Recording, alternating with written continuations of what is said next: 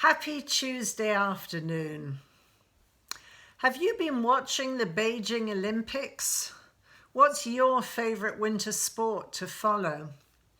Our son Stephen used to play ice hockey, so that's one sport I'm interested in. And I also love the creative and graceful figure skating. I was thrilled to see Kamila Valieva's performance, the 15-year-old Russian figure skater, the first person ever to land a quad in Olympic history. Amazing! How delighted her supporters must have been.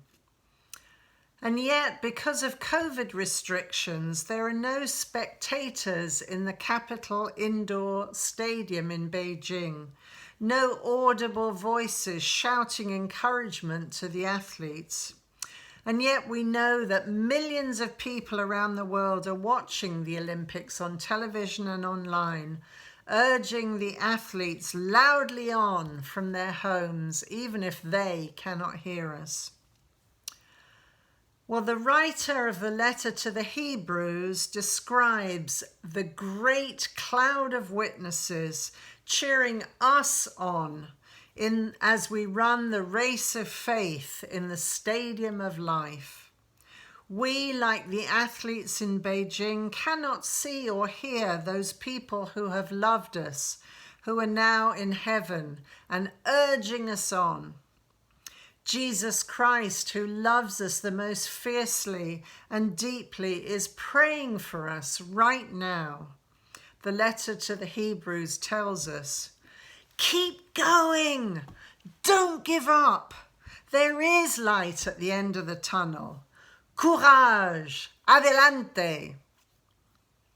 Hebrews 12 verses 1 through 3 states that since we are surrounded by so great a cloud of witnesses, let us also lay aside every weight and the sin that clings so closely, and let us run with perseverance the race that is set before us, looking to Jesus, the pioneer and perfecter of our faith, who for the joy that was set before him endured the cross, despising the shame, and has taken his seat at the right hand of the throne of God.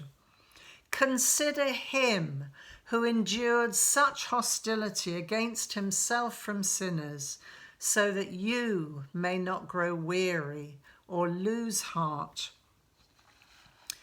Well, if you're interested, there's a wonderful book called Great Cloud of Witnesses, which contains the lives of all of our Episcopal saints, both women and men from around the world and across the centuries, for our daily devotions.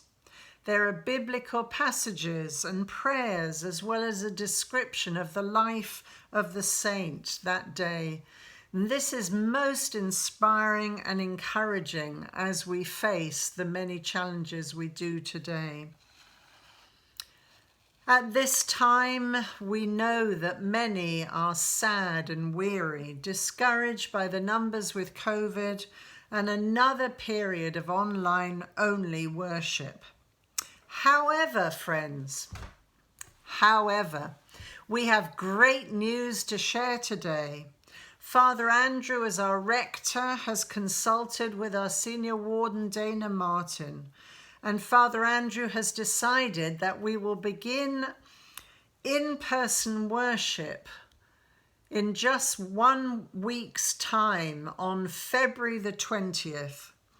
February the 20th with 8 and 10 a.m. services, 8 and 10 a.m. services. Our choir will begin singing again on February the 20th, and Eucharistic visitors will begin taking out communion then also.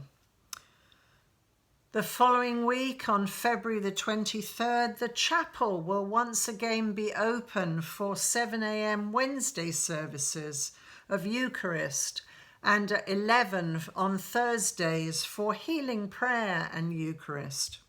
We hope that you will avail yourselves of these wonderful opportunities to be together and to worship God.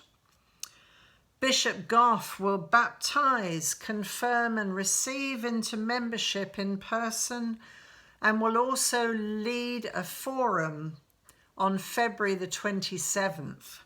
So much to look forward to.